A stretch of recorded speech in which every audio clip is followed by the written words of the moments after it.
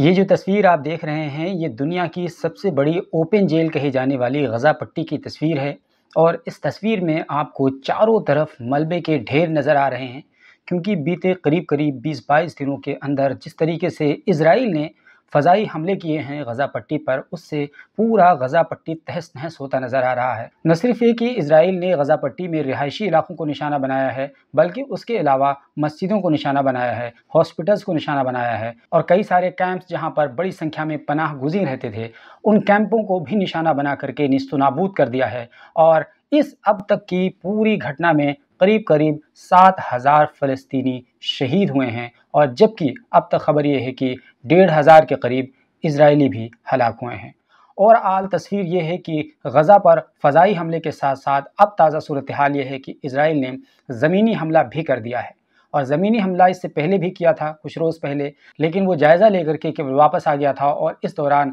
Israel का एक फ़ौजी भी हलाक हुआ था। लेकिन अब बाज़ाब्ता तौर पर उसने फुल फ्लेज ज़मीनी सतह पर ऑपरेशन शुरू कर दिया है। हमास के साथ सीधी टक्कर इज़राइल की अब देखने को मिल रही है। इस पूरी कार्रवाई में इज़राइल हमास को दरअसल ख़त्म करने का मंसूबा बना रहा है। लेकिन आपको एक खौफनाक बात ये बता दें कि दरअसल इज़राइल का हमास को ख़त्म करने के पीछे का क्या मकसद है। इस मकसद को अगर आप जानेंगे तो आप दंग रह जाएंगे और आप हैरान रह जाएंगे कि इज़राइल और अमेरिका और दूसरे कुछ यूरोपीय ममालिक मिल करके कितना खौफनाक और खूनी खेल खेलने जा रहे हैं। दोस्तों, आज के इस वीडियो में हम वही आपको तफसील बताने वाले हैं। बात दरअसल ये है कि इज़राइल गज़ा पट्टी पर हमला करके हमास को ख़त्म करके कई तरह के अचीवमेंट्स हासिल करना चाहता है। एक-एक करके मैं आपको बताता हूँ। सबसे पहली हसूलियाबी तो उसकी ये होगी कि जब हमास ख़त्म हो जाएगा तो उसके लिए एग्जिस्टेंस करना आसान हो जाएगा। उसको ये महसूस होगा कि अब हमें किसी तरह का थ्रेट नहीं है। जिस तरीके से वेस्ट बैंक के इलाके में फ़लस्तीनियों की तादाद ज़रूर है, लेकिन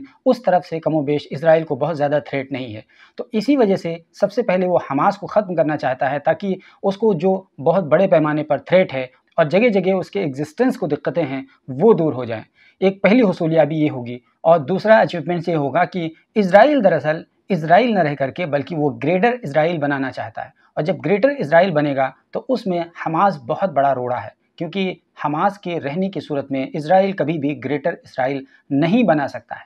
क्योंकि ग्रेटर इज़राइल में हमास को आपको हर हाल में हराना पड़ेगा, तभी वो आप उसके आगे सिनाई पेनिनसुला और उसके अलावा जज़ीरतुल अरब का कुछ हिस्सा आप लेकर के ग्रेटर इज़राइल बना सकते हैं।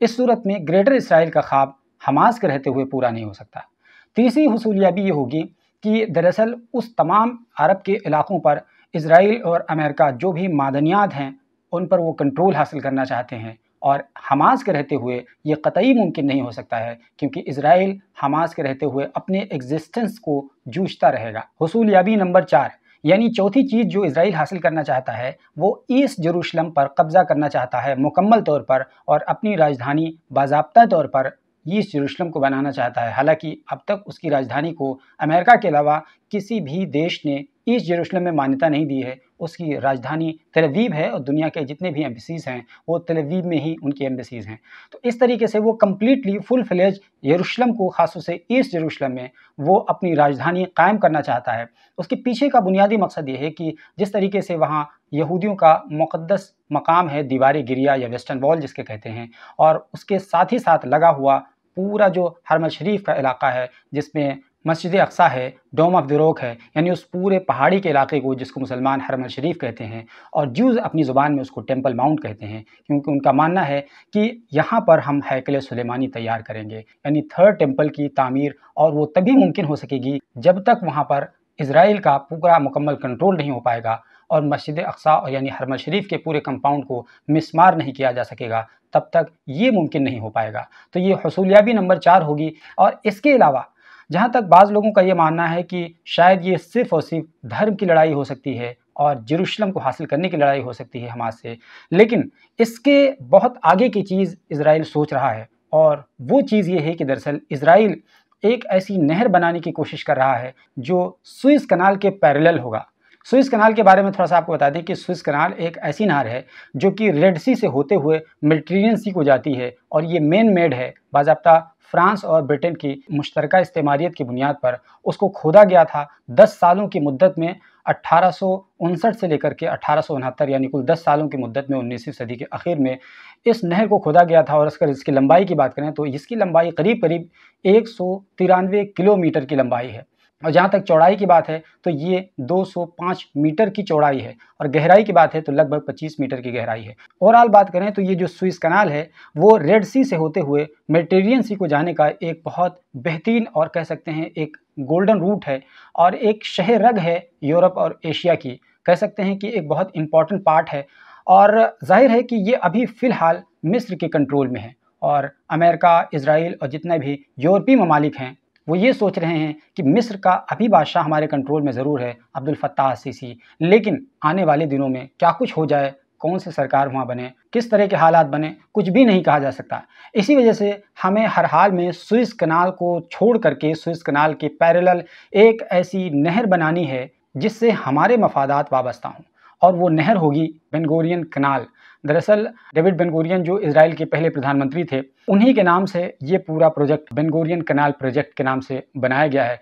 और पिछले कई सालों से इसके बारे में सोचने की शुरुआत हो गई थी। बाज़ाब्ता पूरा इसका नक्शा ढांचा तमाम चीज़ें तैयार कर ली गई, लेकिन असल में दिक्कत यहाँ पर ये है कि जहाँ पर ये नहर निकलनी है, ये दरअसल खलीज अक़बा के जनूबी सिरे से शुरू होकर इज़राइल और उर्दून की सरहद पर इज़राइल के जो बंदरगाही शहर है इलात, वहाँ से शुरू होगा, और ये अरबा वैली से होते हुए ये लगभग 100 किलोमीटर तक नेगेव के जो माउंटेन की ये जो पूरी सीरीज़ है, एक वादी से गुजरता है और फिर गज़ा की पट्टी के इर्द गिर्द घूमने और नॉर्थ की तरफ जा करके मेडिटेरियन सी में मिल जाता है। यानी इस पूरे रूट में अगर आप देखेंगे तो गज़ा पट्टी का एक ऐसा इलाका है जो स्ट्रेटजिकली बहुत ही ज़्यादा इंपॉर्टेंट है, और गज़ा पट्टी में जब तक हमास की सरकार रहेगी तब तक इज़राइल के लिए सुएज़ कनाल के पैरेलल में बेन गुरियन कनाल बनाना ये नामुमकिन सा है, असंभव सा है। और ये इज़राइल को इसलिए हर हाल में ये सुएज़ कनाल के पैरेलल में बनाना है क्योंकि यूरोप के जो बड़े बड़े देश हैं वो ये नहीं चाहते हैं कि सुएज़ कनाल मात्र एक रूट रहे एशिया से यूरोप में दाखिल होने का। इस तरीके से मिस्र की मोनोपोली रहेगी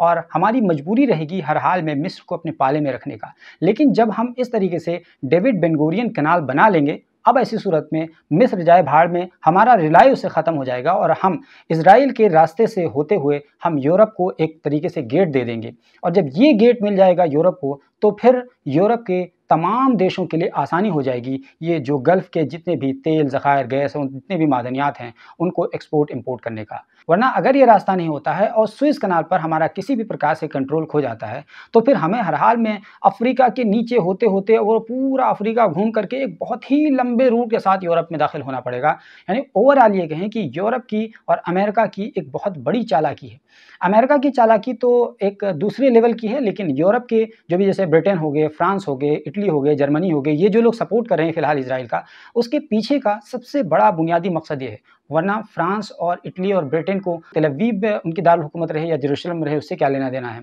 हमास रहे ना रहे, उनसे क्या फ़र्क पड़ता है? उन तमाम चीज़ों से दुनिया को कोई फ़र्क नहीं पड़ता है। दुनिया को अपना हित मकसद है, और दुनिया के इन तमाम देशों को जो हित नज़र आता है वो इज़राइल के साथ दोस्ती करने में इस तौर पर नज़र आता है कि जब एक डेविड बेन गुरियन कनाल बन जाएगा और उसके बाद में हम इज़राइल को कॉन्फिडेंस में लेकर के जो भी एशिया से कच्चा तेल या जो भी जितनी भी मादनियात की चीज़ें हैं एशिया से यूरोप जाती हैं, वो तमाम चीज़ें हम अपने रूट से गुजारेंगे, और जब अपने रूट से गुजारेंगे तो हमारे लिए कई तरह की सहूलियात होंगी। एक तो ये है कि इज़राइल के साथ हम तख़फ़ीफ़ी मुआहदा कर सकते हैं, और फिर उसके अलावा और भी कई तरह की चीज़ें, जैसे कि इन खाड़ी देशों के सामने झुकना या उनको कॉन्फिडेंस में लेना हमारी मजबूरी नहीं रहेगी। इस तरीके से इज़राइल का जो ये प्रोजेक्ट है डेविड बेन गुरियन कनाल प्रोजेक्ट बनाने का, दरअसल ये बहुत ही खौफनाक मंसूबा है, और इसी वजह से वो हमास को वहाँ से हटाना चाहता है। क्योंकि जब वहाँ से हमास हट जाएगा तो फिर महमूद अब्बास जैसे कठपुतली को गज़ा पट्टी में बैठा करके अपने हिसाब से कंट्रोल करेगा, और फिर मिस्र से वो सिनाई पेनिनसुला के उस इलाके को वो हासिल कर लेगा,